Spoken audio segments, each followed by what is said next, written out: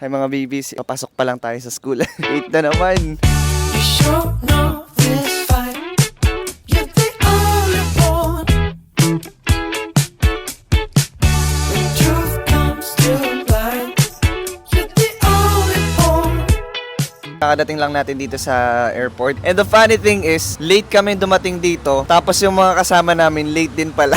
Isa lang daw yung may lipad ngayon. Kasi itong aircraft natin na to, wala siyang lipad kasi aayusin yung sa radio. Expected natin, less work ngayon, less hassle.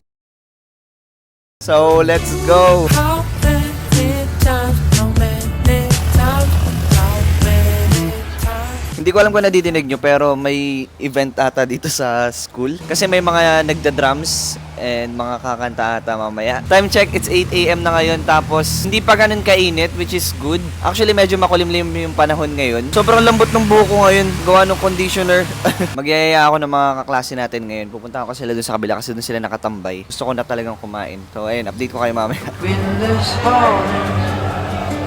There's a rain coming in.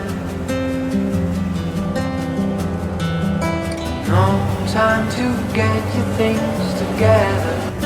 It will last all your savings.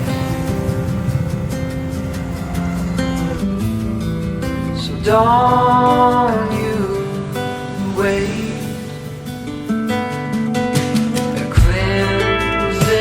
So kakabalik lang natin guys galing sa pagkain and parant lang ako saglit kasi simula na pumunta ako dito sa Bulacan, wala pa ako na-encounter dito na nagtitinda or mga tao na decent kausap. Parang lahat may galit sa mga tao Mapa sa kinakainan namin, dito sa mga security guards ng school, kahit dun sa subdivision namin, mga tricycle driver, especially mga tricycle driver. Demonstrate ko sa inyo kung paano mag-act yung mga naka-encounter namin ng mga tao dito. Kunwari, bibili tayo ng pagkain. Ate, meron po kayong itlog? Sagot nila, tingnan nyo yung mata ko, nakaganito yung palagi mata nila. Meron. Ganun palagi sila, parang walang kabuhay-buhay.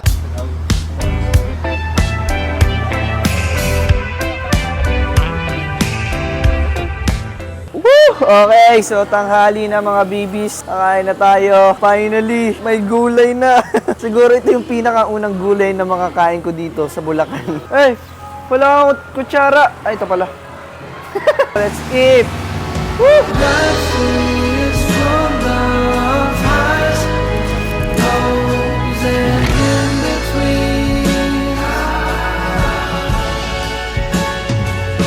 Life is full of 1:37 PM. Gusto ko mag-stretch na lang dito. Guys, may bago ako na-discover. Ito na yung bagong cup natin. Bro, look at that. So, tumulog kaso wala din namang mahihigaan dito. Ay! Maglalatag na lang ako ng kama ko, guys. Wait lang, wait lang. Kailangan natin ng 4 na upuan. Oh! Uy!